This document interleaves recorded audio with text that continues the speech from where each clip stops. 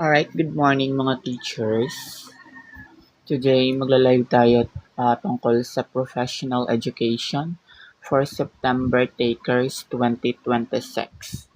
So, uumpisahan na natin ngayon yung pamimigay ng mga actual board questions na lumabas last year, 2025, para at least meron ng ideya yung ating mga teachers. Please heart nyo po yung ating live at paki-share para makapag-start na po tayo. So, I'm audible ba? Naririnig nyo ba ang boses ko, everyone? Future teachers? I'm audible po ba?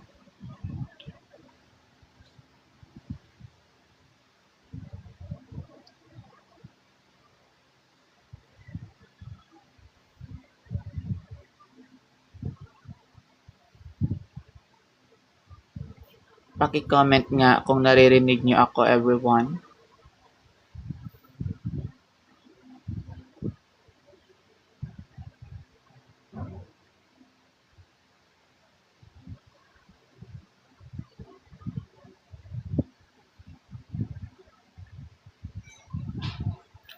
Please comment kung naririnig ako para makapag-start na po tayo. Good morning, teachers. Thank you so much, Sham, for confirming.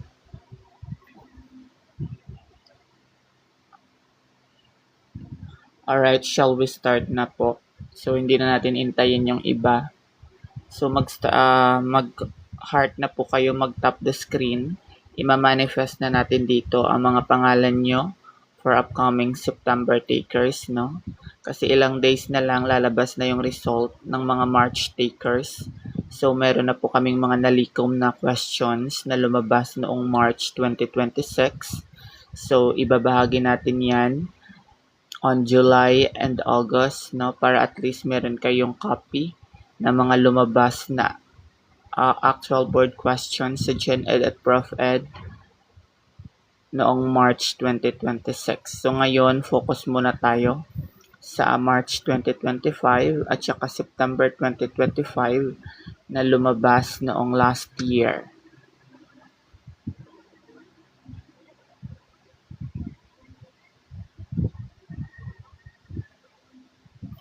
Alright, number 1.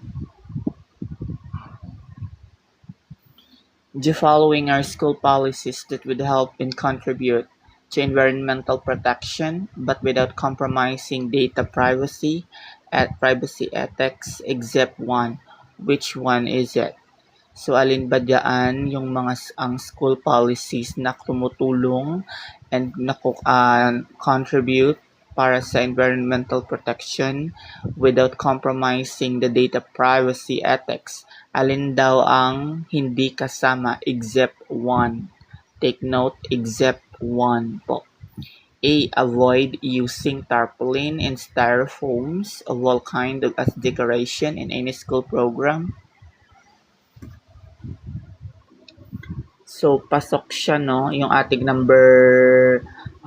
letter A, kasi avoid using tarpaulin and styrofoam of all kind as decoration in a school program. Letter B, make recycled student records and test papers and disseminating memos and posting of announcement. Tingnan natin later kung pasok yung letter B. Letter C, important documents shall be shredded and be made recycled projects such as pillows and stuffed toys. Letter D, do not use branded special cardboard papers for invitation cards and souvenir programs. So alin ba dyan ang hindi kasama? Please comment your answer.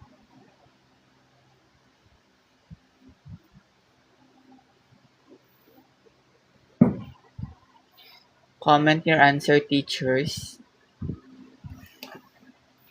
This is professional education.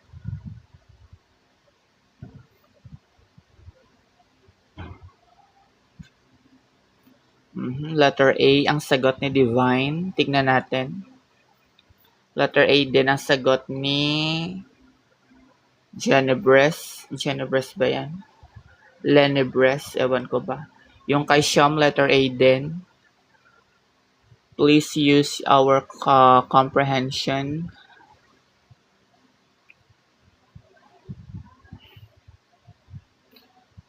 Alin ba diyan daw yung policies na ginagamit without compromising the data policies? Except one po, ang hindi po kasama. Alright, so the correct answer is letter B po. Letter B is our correct answer because make recycled students' record and test paper and disseminating memos and posting of announcement. Option B suggests using recycled students' records and test papers for disseminating memos and announcement. This could be potentially led to the exposure of confidential students' information, which is breach of data privacy ethics. Even though the intention is to recycle, using student records in these papers for such purposes could inadvertently expose sensitive information to an authorized individual, thus compromising data privacy. It is essential to handle student records in these papers with care to protect students' confidential data. The other option focus to the environmental protection with directly involving sensitive data. So si letter B po yung ating correct answer. Sino po ang nakatama ng sagot? Please comment at isi-shoutout po natin yung mga nakatama ang sagot.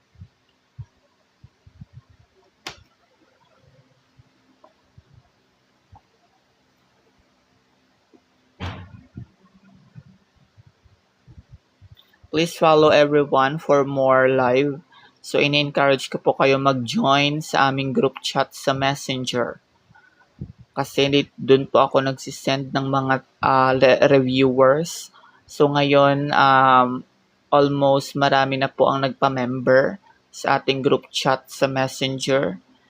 Dina-download na po nila yung ating mga reviewer. At marami pa po tayong isi-send, most especially ang mga actual question na lumabas last March 2026. Number 2, which of the following does not show interaction is aligned with the 21st century skills and knowledge? Alin daw ang hindi nagpapakita na align sa 21st century skills and knowledge? Please follow everyone for more reviewers. At ini-encourage ko po kayo mag-join po sa aming group chat. Magpa-member na po kayo as soon as early. A. The teacher give the student a chance to work in group.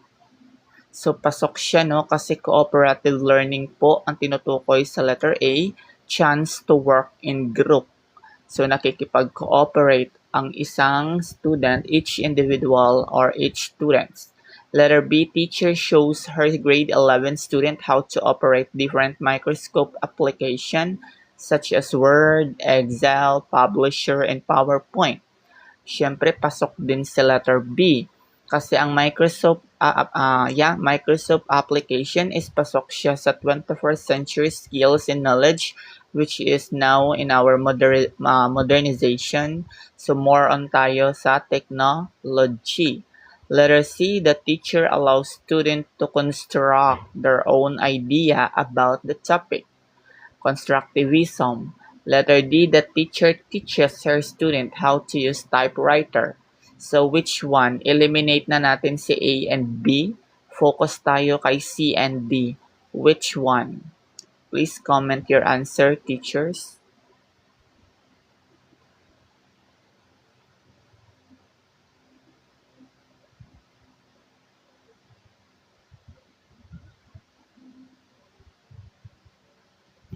Comment your answer po. Which one? Letter C ba or letter D?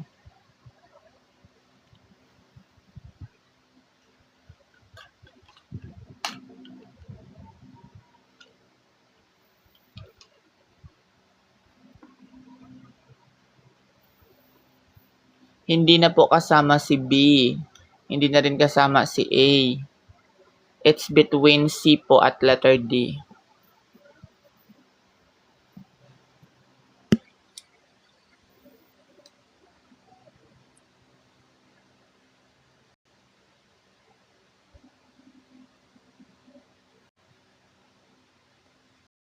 Yes, the correct answer would be letter D po. Option D does not align with 21st century's learning principle because a teaching student how to use typewriters, which are outdated technology, does not contribute to the development of relevant skill and knowledge needed in a modern world. So, makaluma na po yung typewriters natin. Kasi yung ginagamit na natin ngayon is the laptop, di ba? Computer, not a typewriter. So, si letter D po ang ligwak. Siya po ang tamang sagot sa ating number 2 item. Number 3. When is a table of specification required in a test standardization? A. When norms are developed.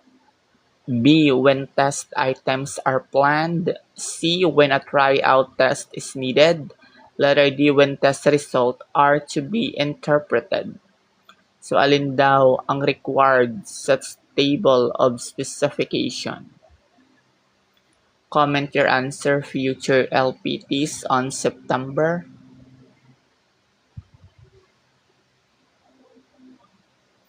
Thank you so much for sharing our live. Please follow everyone. Mag-follow po kayo para updated kayo dito palagi. Nagsishare po tayo dito ng mga free reviewer sa live. At kung gusto nyo po ng mga document, PDF, ready to download, mga puling-bulong, final coaching, at marami pang iba, mga Macbird, Google Form, magpa-member na po kayo sa ating group chat on Messenger. As of now, batch 2 na tayo kasi yung mga batch 1 natin ay nag-take na sila ng exam last March 2026. So ngayon, batch 2 na tayo at marami na po ang nagpa-member sa ating group chat. But now, open pa tayo no, sa mga gusto magpa-member. We are still open. Please message me directly here on TikTok.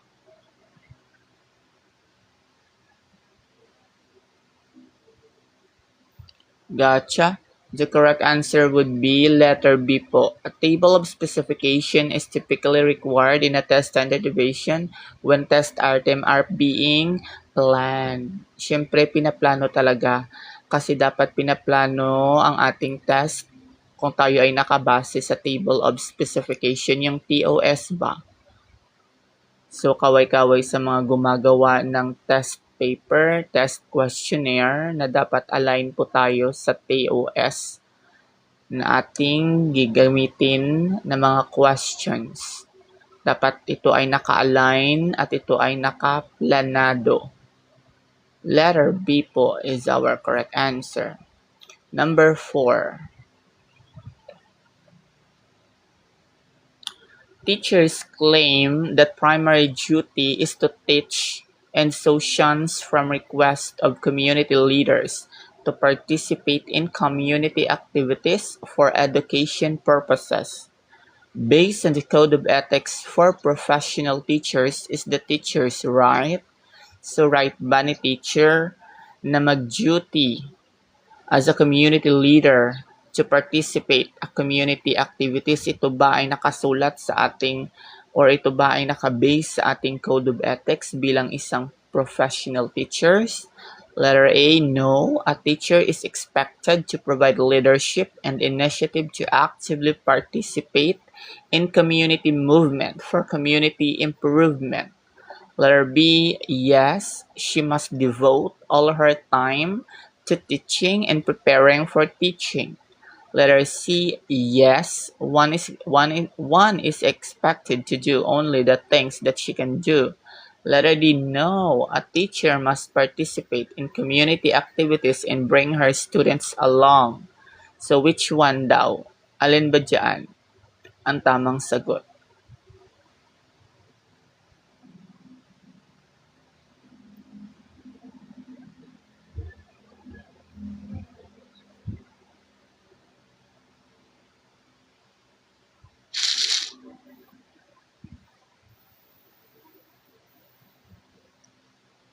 May sagot na letter A. Tingnan natin later. Letter A din ang sagot ni Sham. Parang blurry sa.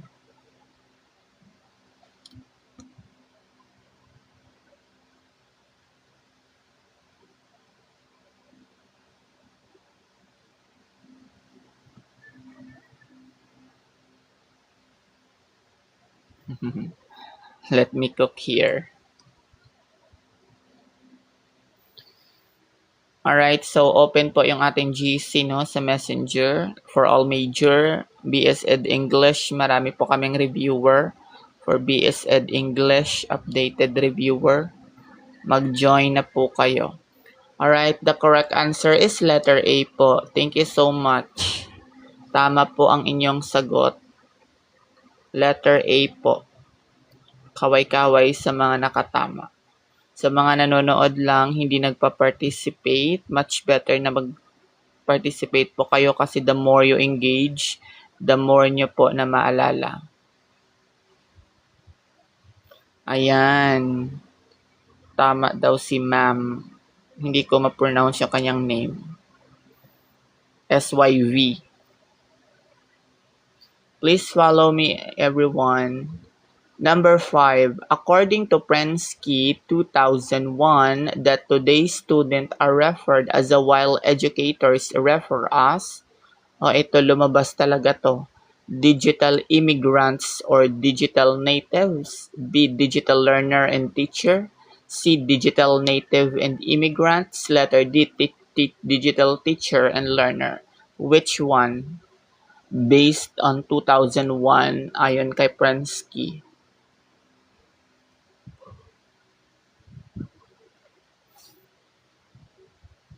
Yes po, everyday. Starting po today, everyday na po tayo. Until September. Please follow everyone for more.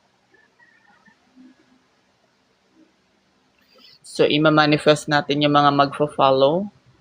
While nagwe-wait tayo ng kanilang mga answer, ima-manifest po natin yung mga nagfo-follow.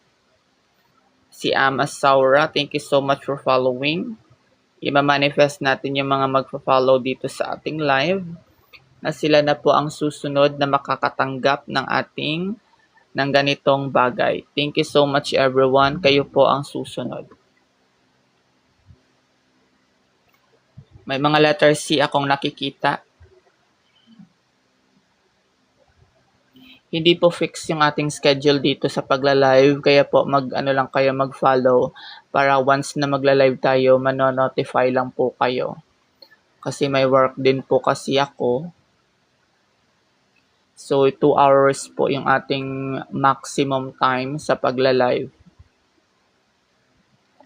Thank you so much sa mga nagpo-follow. And yes po, the correct answer is letter C, Charlie. Digital natives, digital immigrants. Mark Francis coined the terms digital natives and immigrants in 2001.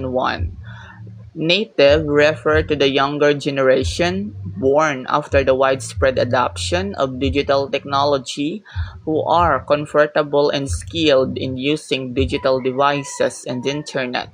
Digital immigrants are the older generation, including educators and parents, who adapted to using technology later in life and may not have the same...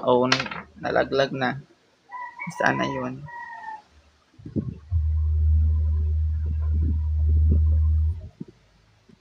Sino yung mga naka-correct? Please raise your hand. Ima-manifest po natin yung mga pangalan nyo dito.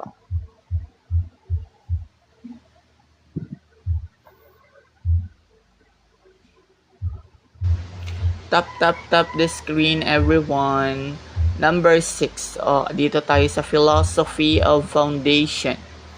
On the philosophical foundation of the curriculum, what is the rule of teachers according to progressivists such as John Dewey?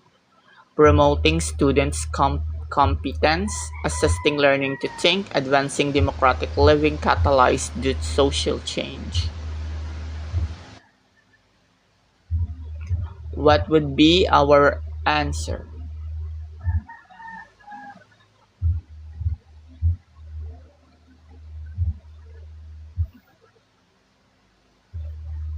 For all na nagsi-self-review, ini-encourage ko po kayo mag-join po sa aming group chat para mag-guide po kayo namin until on September. Kasi yung mga final coaching po na binibigay namin sa group chat ay same lang din po sa mga review center. So please, sa mga hindi afford na mag-enroll, no? I know na some of the review na mga takers ay financially unstable. So please, grab the opportunity po na mag-join kayo sa group chat. Message nyo lang po ako dito sa TikTok, everyone. Magpa-member lang po kayo kasi meron tayong promo ngayon. So, hindi po message nyo lang ako dito sa TikTok. Yes, the correct answer would be letter B po. Ano ba yung letter B natin? Hindi ko na ano. Assisting learning to think po. Assisting learning to think is the correct answer sa ating item number 5. Sino ang mga nakatama? Tap the screen, everyone, sabay manifest. Tap nyo po ang screen natin. Yes po. Mag-join pa po kayo sa ating group chat kasi marami pa po tayo doong mga reviewer. Yung mga final coaching na ginagawa ng mga malalaking review center, same din po yung ating binibigay sa group chat. Kasi last March, yung mga batch 1 natin, kasi enrolled din sila sa kanilang review center, yung mga binigay namin ay lumabas din po sa kanilang mga final coaching at pre-board. Kaya sa mga hindi afford ang mga review center, join na kayo sa aming group chat. Number 7. Why do you think it is important to administer pre-test and post-test to the learners in today's learning facilitation process?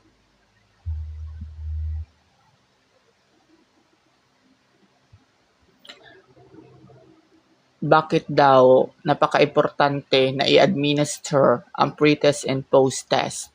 A. To determine how much learning has been impacted by the institutional delivery through the obtained score difference. B. Because it is a part of component of the grading system. Letter C. In order to have variety of assessment modalities. Letter D. So that learners will be forced to pay attention during instruction delivery. Iligwak na natin si letter D.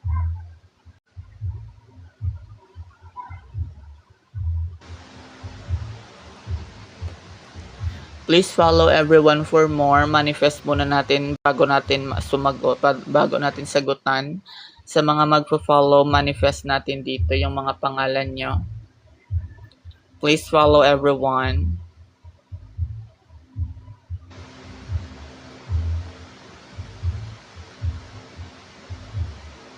Hello, Carlo. Hi, sir. Good morning.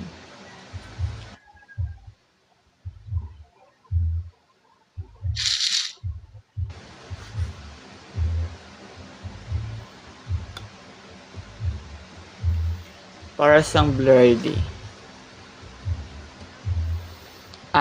Okay. Kaway-kaway sa mga Filipino major. Yes, the correct answer would be perfect. Letter A po. Sinong mga nakatama, please raise your hand at pakitap the screen sa mga nakatama. Congratulations sa mga nakakorrect ng answer. Ayan, marami sila ang nakatama. Congratulations sa mga nagpa-participate. Ayan. Meaning to say, ready na po kayo. So, marami pang months ang inyong tatahakin. So, magiging mas ready pa po kayo. Ngayon, nasa 50% ang inyong ready. So, marami pang months. Magiging 300% pa po yan. As long as palagi kayong nandito sa ating live at magpa-member din po kayo sa group chat. How about this? Global literacy addresses the following issues except.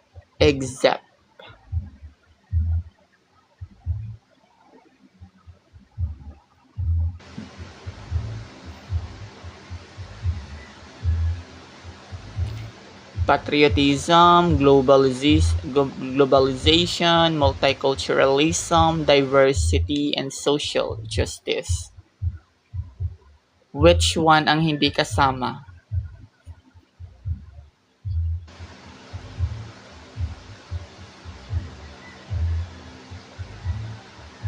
Tap the screen, everyone. Share our live. Ayan, mga active talaga yung ating mga viewers sa pagsagot. Congratulations, everyone.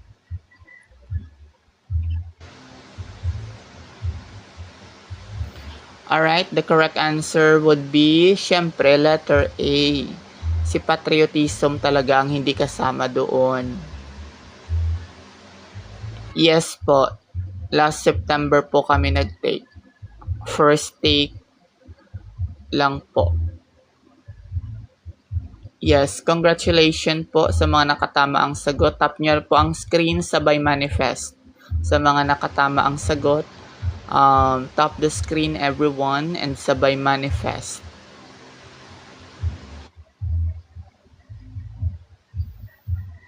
Ayan. So, mamimigay tayo ng lahat ng mga tips sa ating group chat and here dito sa ating live always. So, mag-follow everyone for more at magpa-member na sa ating group chat. Open po ang group chat natin for all majors, mapa-BE Edman at saka BS Ed. We are all open. Number 9.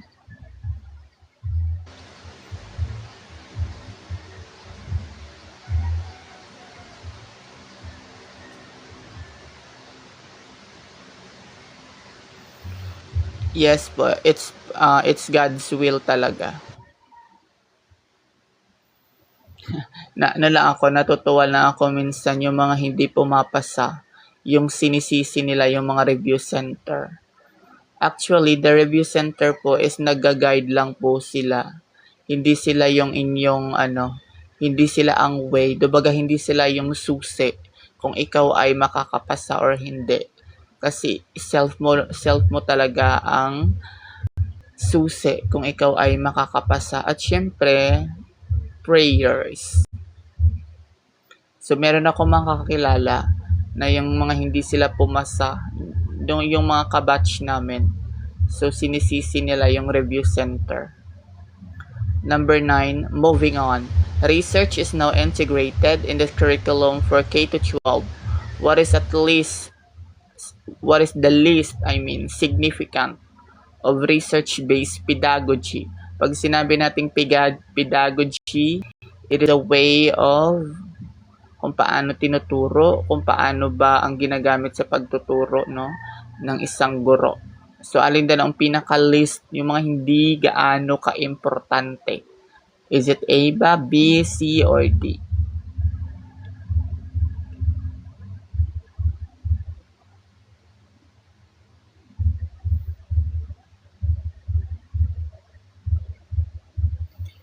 Message nyo lang ako here sa TikTok kung gusto nyo po magpa-member po. Naka-promo tayo ngayon, 50 pesos na lang. Yung original natin is 150. So, since andito kayo sa group chat, 50 na lang. So, mayroon kayong 100 pesos discount. So, message nyo na ako directly dito sa TikTok, everyone. Para at least avail nyo na yung mga reviewer na isisend namin sa group chat. Until na po yan, September.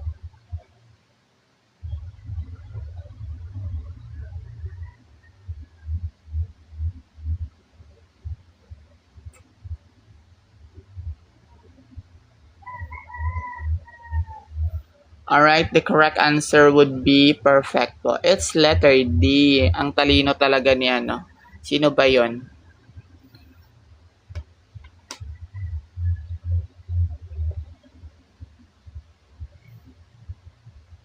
Tap nyo na ang screen, everyone, and dapat makaabot tayo ng 5,000 hearts. Ito, maliit lang siya. Number 10. It is an electronic text that provide multiple all of the above. It is electronic text that provide multiple links and allow user to trace ideas in immediate and idiosyncratic direction. Andiyan na po sa ating question ang sagot, ang hint. May magkakamali pa ba dyan?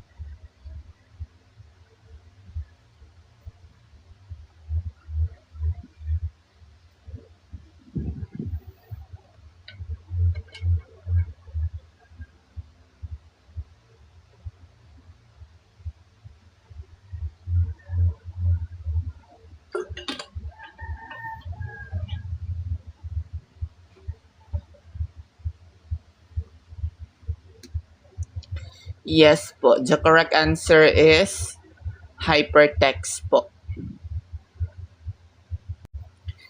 By the way, sa mga gusto palang uminom ng brain booster, ito kasi yun ang ginamit ko din. Highly recommend ko po yung brain booster na ito. Nakakatulong siya to generate po ng inyong critical thinking at comprehension. 11. Among component of language, which is consisting vocabulary, how concepts are expressed. So sa mga gustong ililink ko po dito sa ililink ko po dito sa comment section. So as soon as possible, as soon as early, mag-take na po kayo ng brain booster na ito para smooth lang po ang inyong pag-take ng exam, most especially sa Prof Ed kasi labanan po ng comprehension ang professional education. Wait, ililink natin yung brain booster. Wait lang everyone. Comment lang kayo muna dyan.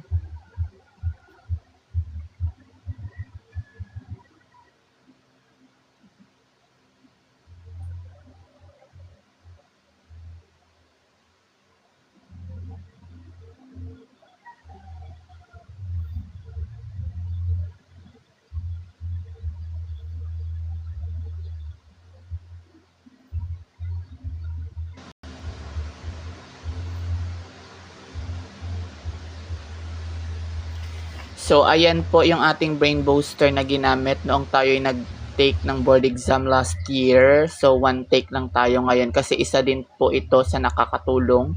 Nakatulong talaga, especially sa Prof Ed na type of questions. Comprehension ang labanan. So, as early now, everyone, mag-take na po kayo nito para at least magiging effective siya. Wala namang siyang side effect kasi ginamit ko talaga to at nirecommend ko din siya sa best friend ko. Then sabay po kaming pumasa last year kasi promise ito po yung ginamit namin na brain booster. Marami rin pong review yan. So highly recommend talaga namin yan. Alright, the correct answer is letter C, Charlie, semantic. Semantika in Filipino. Pag sinabi nating semantika, ito po ay tumutukoy sa kung paano binibigyang kahulugan ang isang pangungusap o salita. Semantika po. Nakapokus tayo sa meaning or kahulugan.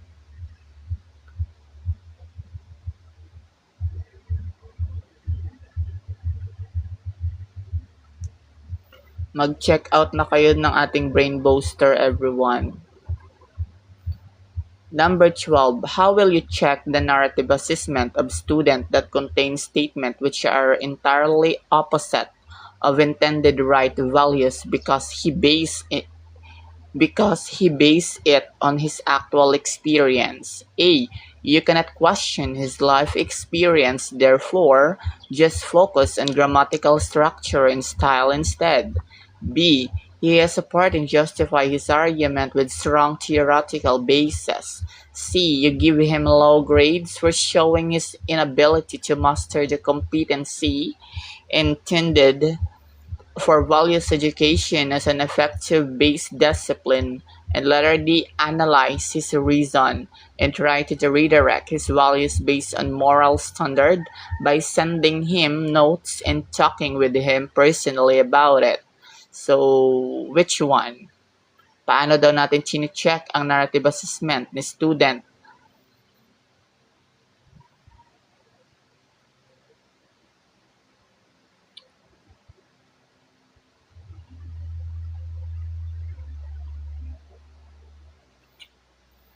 Alright, yes, the correct answer is letter D, Delta. Si Delta talaga. D. Involve analyzing the student reason for opposing values and attempting to redirect their values based on moral standard. This is done through personal communication, such as sending notes and having one-on-one conversation with the student. This approach allows for a personalized and targeted guidance, fostering understanding, critical thinking, and personal growth. So, si letter D ang tamang sagot. Thank you so much sa mga nagfo-follow. Minamanifest ko napapasa ang mga magfo-follow at hindi na sila uulit next year. No, ito na po ang last board exam nila this September at magpapaskong may lisensya katulad namin last year. Minamanifest po ang lahat na magfo-follow at magta-tap the screen. Please follow everyone.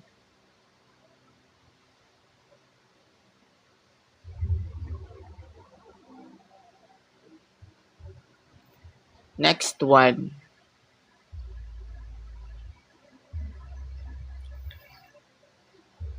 Alright, again, kung gusto niyo po mag-take ng Brain Booster, highly recommend ko po yung Brain Booster.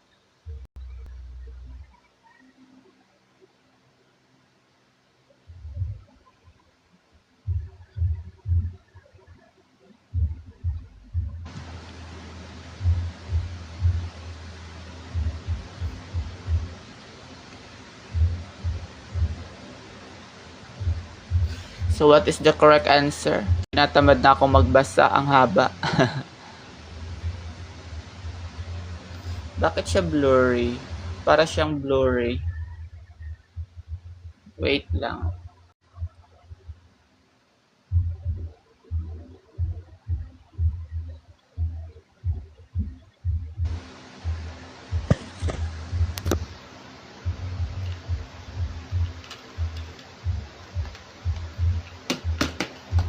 During deliberation of graduating students, honor student, the faculty member decided to declare student A to be the class salutatorian over student B based on computation of grade. However, it was found out that there was an error in the computation days after the deliberation and finalization. How would this be reconciled?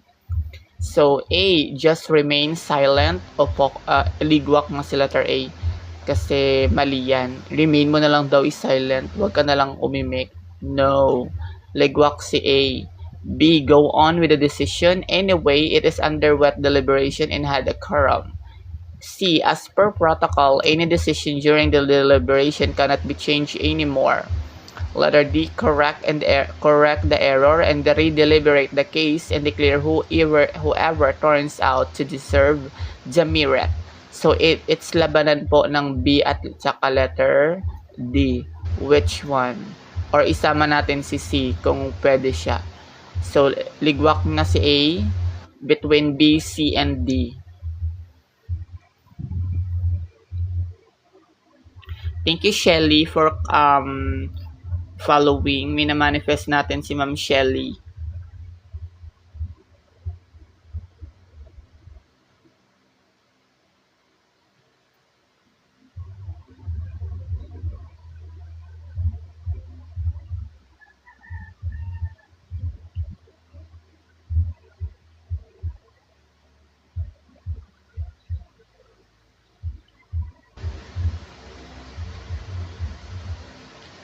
Yes, the correct answer is letter D po. Si letter D po ang tamang sagot.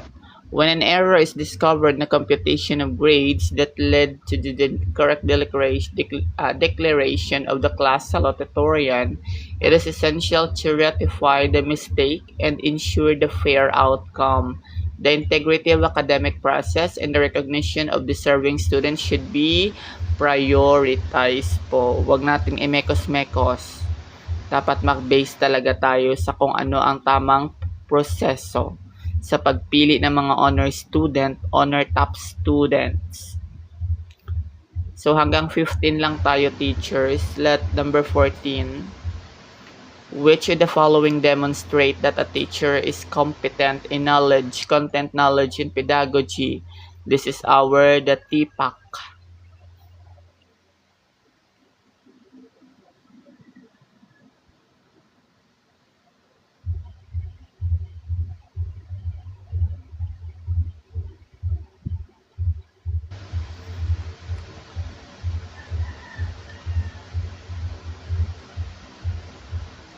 Yes po, the correct answer is letter A po, which is research-based of teaching po.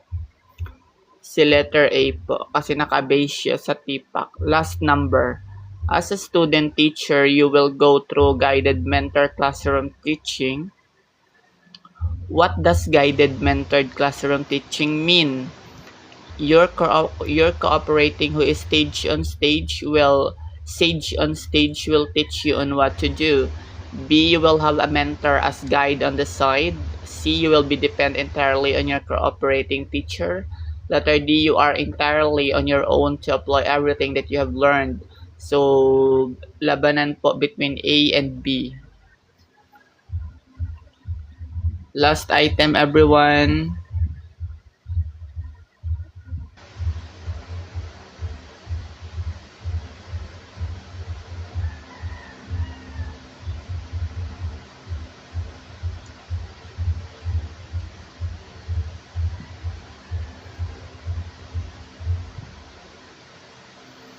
Ayan, yung kay Erica is B at saka sa kay Pearl B. Yes, the correct answer is letter B, bravo.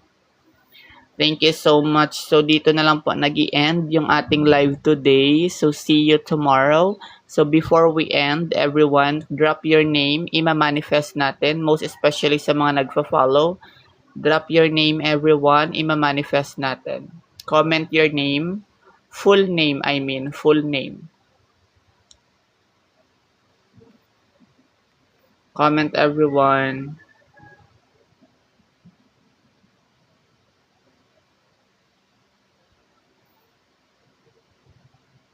Comment your name, everyone.